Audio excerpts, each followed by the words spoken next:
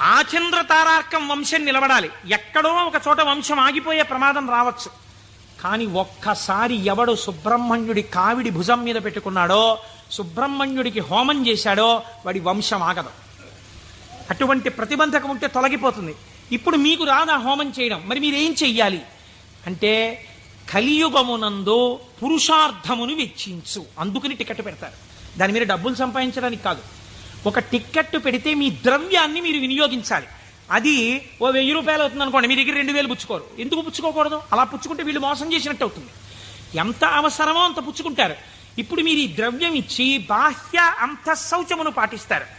అంటే స్నానం చేసి విభూతి పెట్టుకుని తిలకం పెట్టుకుని, లేదా మీరు ఏ సంప్రదాయమునందుంటే అటువంటి తిలకధారణ చేసి వచ్చి కూర్చుంటారు. ఆచార్యముఖేన మీ కొరకు ఆచార్యులు చేస్తారు.